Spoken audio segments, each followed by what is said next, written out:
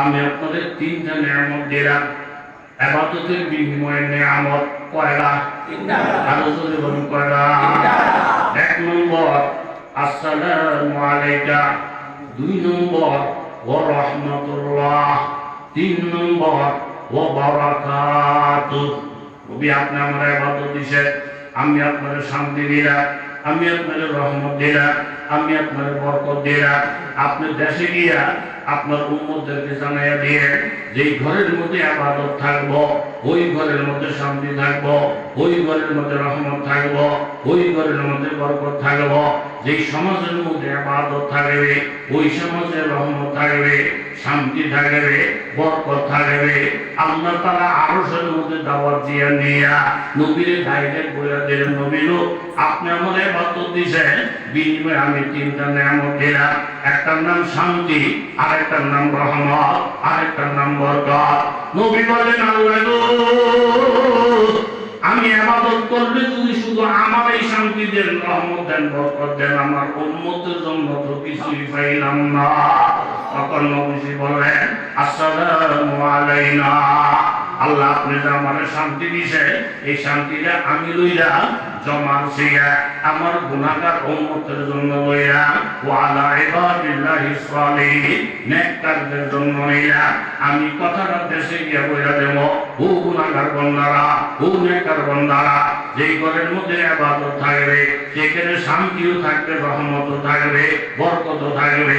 নবীর মানবতা দেইয়া একসঙ্গে ফেরেশতারা ঘোষণা করলেন, আশহাদু আল্লা ইলাহা ইল্লাল্লাহু ওয়া আশহাদু আন্না মুহাম্মাদান আবদুহু ওয়া রাসূলুহু।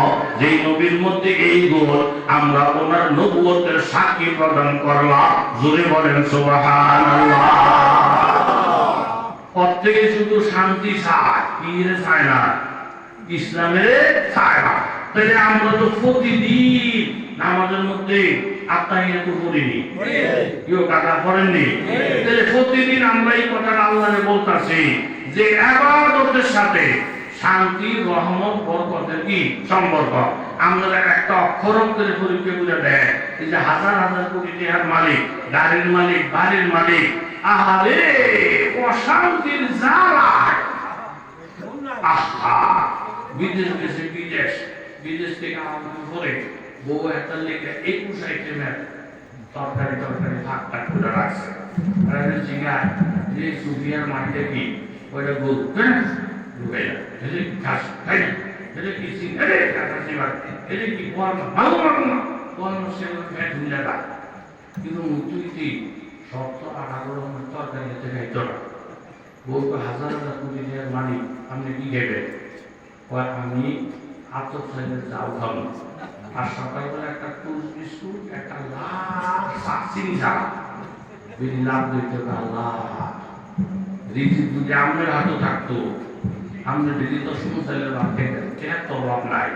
আল্লাহ চোখের মধ্যে আঙ্গুল দিয়া হাজার হাজার কোটি টাকার মালিক আমনে, আর আল্লাহ আমাদের আতপ সাইডের চাল খাওয়ায়, সকালবেলা টুস বিস্কুট আর লাল চা খাওয়ায়, আর আমি ঘরের মধ্যে বরিশালে কামবালা 250 সেন্টের লাভ খেয়ে গেলে 10,000 মশা কামড়ায়, ঘুমের কোনো সমস্যা হয় না। কিন্তু আল্লাহ চোখে দেখা দিয়েছে আমাদের সাথে শান্তির সম্পর্ক, টাকার লোভে শান্তির সম্পর্ক না। পারলে বলে ঠিক না, যার কথা নাম বলে দেখা পায়। এইভাবে একসঙ্গে আমাদের গরিব গিয়েছিলাম, তো হুজুরের বয়ান করতে সামনে সালাম টালাম বাড়াই দেয়, কথা মনে আছে? কি কাজে দিবেন বাসাবাসি করে আমরা সবরা করবেন, বড়রা সবরা দিবেন, জামাই বউরে দিবেন, বউ জামাইতে দিব। এই ওয়াজ বেড়ায় নতুন হচ্ছে, আমরা স্বামী হচ্ছে স্ত্রীতে সাধারণ কেমন লাগে, এই ওয়াজটা এই শাসায় শুনছে কি সব দশটি বেশি এক জায়গার থেকে হলে বই মিলে গীতটা দিছে আল্লাহ কবে মিলে 32 বছর বয়স, একটা বাইকে আনবো, মেয়ের একটা সালাম দিত। নিয়তটা ভালো না খারাপ? ভালো নিয়তে রাখতে বাজে গিয়া বলছে কুলসুমের মা দরজা করো, কুলসুমের মা আওয়াজ পেয়ে তাড়াতাড়ি করে রাখতে বেশি শিউন করে দরজা করছে। খোলার পরে শাসার শাসির নজর বরাবর হয়েছে, উনি সব করে কয়েক আসসালামু আলাইকুম রহমতুল্লাহ। সময় মাত্র ফিরি 70 বছর বয়স কোনো সময় এরকম করে না রাতে